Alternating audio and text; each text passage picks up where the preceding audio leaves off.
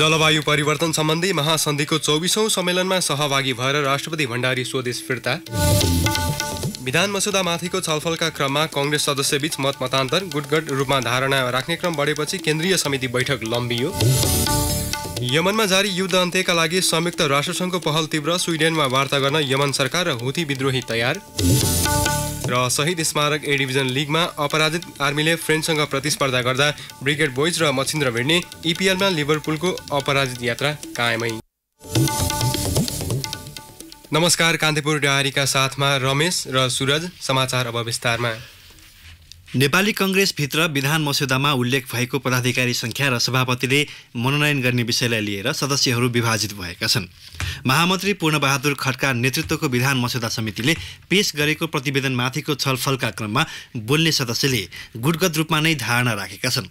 संस्थापन पक्षले पदाधिकारीको संख्या कम गर्नुपर्ने र निश्चित प्रतिशत सभापतिले मनोनयन गर्ने प्रावधान विधानमा राख्नुपर्ने बताएका छन्। संस्थापन इतर पक्षले भने पदाधिकारी संख्या बढाएर सबै निर्वाचित हुनुपर्ने प्रावधान राख्न सुझाव आएको नेता गगन थापाले जानकारी दिनुभयो।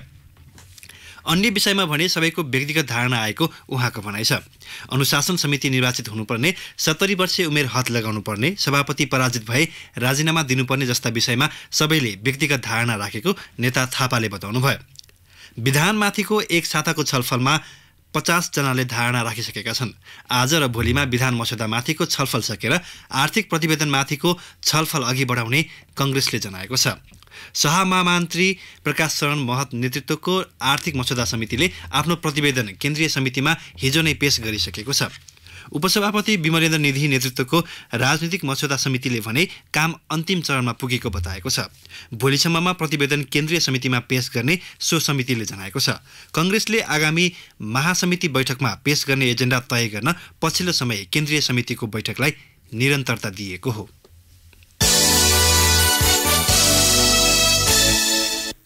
जलवायु परिवर्तन सम्बन्धी महासन्धिको 24औं सम्मेलनमा सहभागी भएर राष्ट्रपति विद्यादेवी भण्डारी आज स्वदेश फर्कनु भएको छ।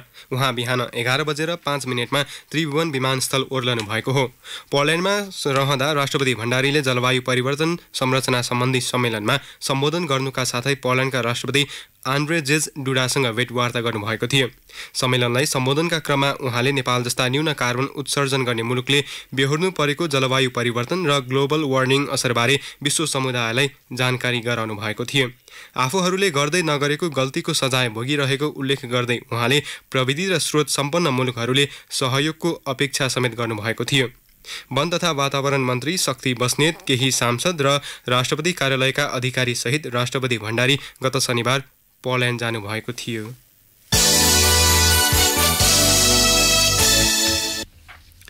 राष्ट्रिय सभाको राष्ट्रिय सरकार तथा समन्वय समितिले भौतिक पूर्वाधार तथा यातायात मन्त्रालय मातहतका राष्ट्रिय गौरवका आयोजनाका विषयमा छलफल सुरु गरेको छ। सिंहदरबारमा जारी बैठकमा भौतिक पूर्वाधार मन्त्री रघुवीर महासेठ सहित राष्ट्रिय गौरवका 7वटा आयोजनाका प्रमुखलाई बोलाएको समिति सचिव सुदर्शन कुइकेलले जानकारी दिनुभयो। सरकारवाला पक्षसँग ती आयोजना कार्यान्वयनमा भइरहेको प्रगति र चुनौतीका विषयमा छलफल सुरु भएको कुइकेलले बताउनुभयो। सो समितिले हिजो संघीय संरचनामा देखिएको विवाद र गुनासो सम्बोधनका लागि तहगत समन्वयबारे सरकारवालासँग छलफल गरेको थियो। यस्तै राष्ट्रिय सभाकै विधायन व्यवस्थापन समितिमा ऐनको वर्गीकरण र कार्यान्वयनका विषयमा छलफल हुँदैछ। सिंहदरबारमा दिउँसो 1 बजे बस्ने बैठकमा ऐन कार्यान्वयनलाई प्रभावकारी बनाउने विषयमा छलफल हुने संघीय संसद सचिवालयका सहप्रवक्ता केशव अर्यालले जानकारी दिनुभयो। सङ्घ, प्रदेश र स्थानीय तहबीच समन्वय नहुँदा योजनामा दोहोरोपना र बेरुजु रकम बढ्दै गएको छ। संघीय सरकारले सञ्चालन गरेका योजना फरफारकका लागि नगरी प्रदेश र स्थानीय सरकार मातहतका पठाउँदा लेखा प्रणाली अस्तव्यस्त बनेको हो। लेखा परीक्षणमा समस्या बढेपछि महालेखा परीक्षकको कार्यालयले प्रदेश 5 मा व्यवस्थापनका विषयमा सरकारका प्रतिनिधिसँग छलफल सुरु गरेको छ। संघीय सरकार मातहत रहने र प्रदेश सरकार अन्तर्गतका कार्यालयका प्रमुख र लेखा प्रमुख तथा स्थानीय तहका प्रमुख प्रशासकीय अधिकृत, लेखा अधिकृतको सहभागितामा छलफल थालिएको हो। रूपन्देहीका प्रमुख जिल्लाधिकारी उदय बहादुर राणा मगरले कार्यालय प्रमुख र लेखा प्रमुखले नीति, ऐन र विधिलाई नहेरी आर्थिक कारोबार गर्दा सार्वजनिक लेखा प्रणाली अव्यवस्थित र बेरुजु बढेको बताउनुभयो। लेखा अधिकृतहरूले भने सूत्रमा आधारित लेखा प्रणाली पारदर्शी हुने भए पनि स्रोतका सबै शीर्षक उल्लेख नहुँदा समस्या भएको गुनासो गरेका छन्।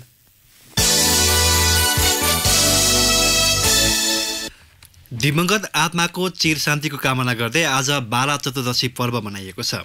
प्रत्येक वर्ष मार्गशीर्ष कृष्ण चतुर्दशीका दिन शिवालयहरूमा दिवंगत आत्माको चिर शान्तिको कामना गर्दै आफन्तले सद्बीज छर्ने चलन छ।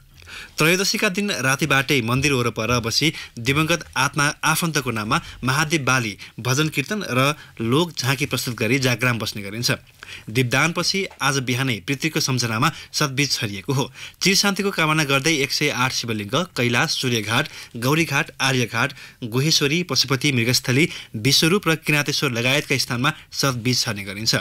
आज छरेको एक दाना 1 तोला सुन बराबर हुने जनविश्वास रहेको छ। देशका विभिन्न स्थानबाट आएका श्रद्धालु भक्तजनको हिजैबाट पशुपतिनाथमा भिड लागेको थियो। सद्बीजमा धान, जौ, तिल, गहुँ, चना, मकै र कागुनो पर्छन्। मृगस्थलीमा रहेका बहिरा गणेश नजिक आइपुगेपछि सो गणेशको मूर्तिलाई हल्लाउँदै ठूलो स्वरले दिवंगत आत्माले पाउने गरी सन्देश पुर्याउन अनुरोध गरिने धार्मिक चलन रहेको धर्मशास्त्रविद एवं नेपाल पञ्चाङ्ग निर्णायक समितिका अध्यक्ष प्राध्यापक डाक्टर रामचन्द्र गौतमले बताउनुभयो।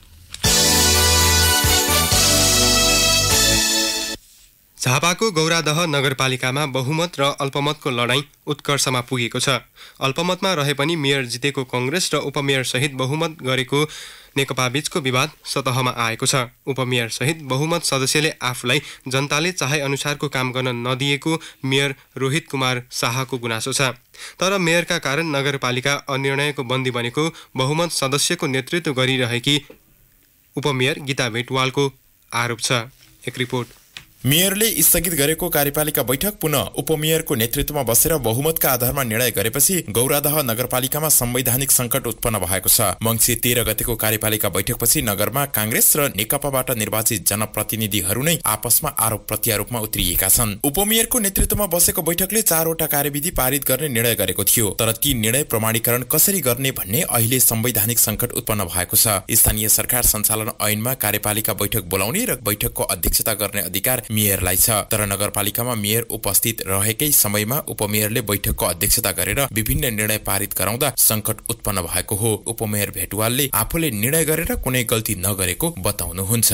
गल्ती गरे भनेर ब्याग सर्ने कुरा चाहिँ होइन। मैले गल्ती गरे भन्ने जाने थियो भने बहुमतले बैठकै बस्ने थिएनौं। गल्ती छैन नै भन्ने लाग्यो हो हामीलाई। जहाँसम्म भोलि कानुनले के गर्छ त्यो भोलिका कुराहरू हुन् र बहुमतले पेलेरै जान्छु भन्ने पनि मेरो भनाइ होइन। 13 गतेको कार्यपालिका बैठक मेयरले स्थगित गरेको दावी गर्नु भएको छ। उपमेयरले भने मेयरले बैठक छाडेर गएको आरोप लगाउनु भएको छ। उपमेयर सहितको नेकपाका जनप्रतिनिधिले बहुमतको दम्ब देखाउँदै आफ्नो कार्यकारी अधिकारमाथि नाङ्गो हस्तक्षेप गरेको मेयर रोहित कुमार शाहको आरोप छ। उहाँले कार्यपालिका बैठक बोलाउने र स्थगित गर्ने अधिकार आफूलाई भएकाले सोही अनुसार कार्य गरेको मेयर शाहले बताउनुभयो। केही नियम, केही ऐन, कानुन, कार्यविधिहरू हामी छलफल गरिरहेका थियौं। त्यो संघीय सरकार ऐनमा बाजिएका थिए। प्रदेश सरकार ऐन बनेको अवस्था छैन। कतिपय ऐन कानुनमा हामीले के भन्छ सहमतिको साथ पास गर्नुपर्ने हुन्छ। त्यहाँ कुराहरू हाम्रा सहमतिमा पुग्न सकेनन्। त्यसकारणले गर्दा अन्तिममा मैले बैठक के भन्छ अन्त गरेर बाहिर निस्केको हुँ र त्यसपछि के भएको भन्ने कुरा मलाई थाहा छैन। नगरको चौतर्फी विकास गराउन गौरादहका जनताले कार्यकारी अधिकार कांग्रेसलाई र बहुमतको अधिकार नेकपालाई दिएका छन्। तर नगरको विकास भन्दा जनप्रतिनिधिहरू बहुमत र अल्पमतको विवादमा अल्झिदा आफूहरूले सन्तोषजनक सेवा सुविधा नपाएको नगरवासीको गुनासो छ।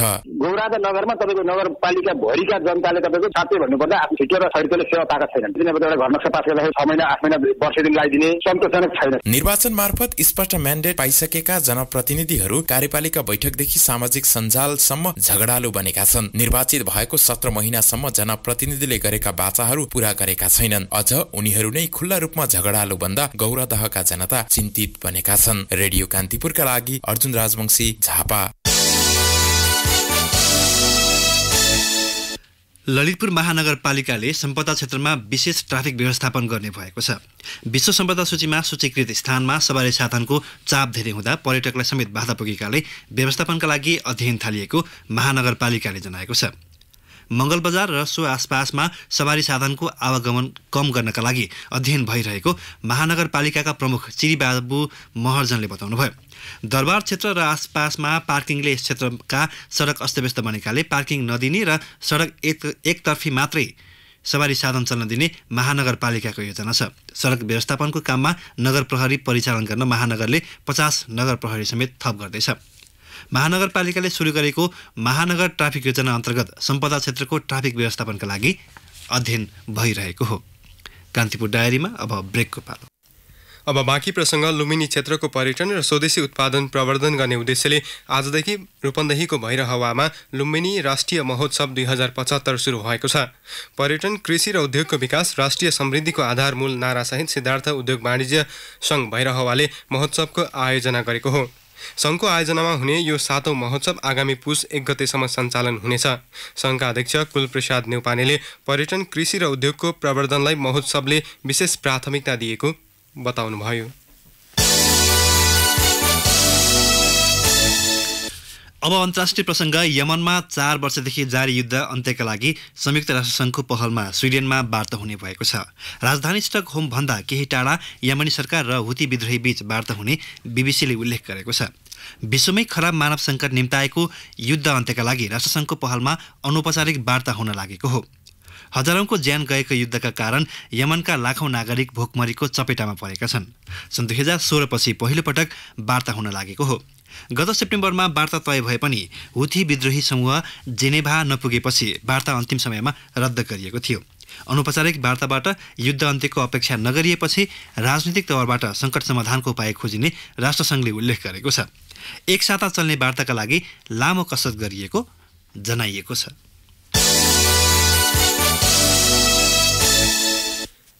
अब खेल प्रसङ्ग। पल्सर शहीद स्मारक ए डिभिजन लिग फुटबलमा अहिले त्रिभुवन आर्मी र एनआइबिएल फ्रेन्ड्स क्लब बीच प्रतिस्पर्धा भइरहेको छ। ललितपुरको सातोबाटो स्थित इन्फा कम्प्लेक्सको मैदानमा खेलको पहिलो हाफ गोलरहित बराबरीमा सकिएको छ। अहिले दोस्रो हाफ जारी छ। आर्मी अपराजित यात्रालाई निरन्तरता दिँदै तालिकाको दोस्रो स्थानमा उक्लने दाउमा हुँदा फ्रेन्ड्स दोस्रो जितको खोजीमा रहेको छ। आजै हुने दोस्रो खेलमा ब्रिगेड बोइज र मच्छिन्द्र क्लब बीच प्रतिस्पर्धा हुनेछ। खेल इन्फा कम्प्लेक्समा दिउँसो 2:30 बजेपछि सुरु हुनेछ। मच्छिन्द्र क्लब पछिल्लो 5 खेलमा हार र बराबरीको श्रृङ्खलाबाट रोक्दै पहिलो जितको खोजीमा हुँदा ब्रिगेड बोइज दोस्रो जित निकाल्ने दाउमा हुनेछ। आजको खेलसँगै 6औं चरणका खेलहरू सम्पन्न हुनेछन्। फुटबलमा लिभरपुलले आफ्नो अपराजित यात्रा कायम राख्दा चेल्सी भने पराजित हुन पुगेको छ। म्यान्चेस्टर युनाइटेड र आर्सेनलले बराबरी खेल्दै अङ्क बाँडेका छन्। 15औं चरणको खेलको समाप्तिमा अपराजित रहेको लिभरपुल अर्को अपराजित टोली म्यान्चेस्टर सिटीभन्दा 2 अङ्कले पछि परेको छ। सिटीको 41 अङ्क छ भने लिभरपुलको 39 अङ्क भएको छ। टटनहाम 33 अङ्कका साथ तेस्रो स्थानमा उक्लिएको छ भने चेल्सी चौथो र आर्सेनल 5औं स्थानमा झरेको छ। म्यान्चेस्टर युनाइटेड 23 अङ्कमा 8औं स्थानमा यथावत छ। जारी सिजनमा इपिएलमा 12औं जित निकाल्ने क्रममा लिभरपुलले बर्नलीलाई 3-1 गोल अन्तरमा पराजित गर्यो। उसको जितमा जेम्स मिल्नर, रोबर्टो फिरिमिनो र जर्दान साक्वेरीले गोल गरे। पहिलो हाफ बराबरीमा सकिए पनि खेलमा अग्रता भने 54औं मिनेटमा ज्याक कोर्टको गोलबाट बर्नलीले लिएको थियो। अवस्था यिनै प्रसङ्गसँगै कान्तिपुर डायरीको यो बुलेटिन अहिलेलाई यहीँ सकिन्छ। सुरज र रमेश बिदा हुन्छौँ। नमस्कार।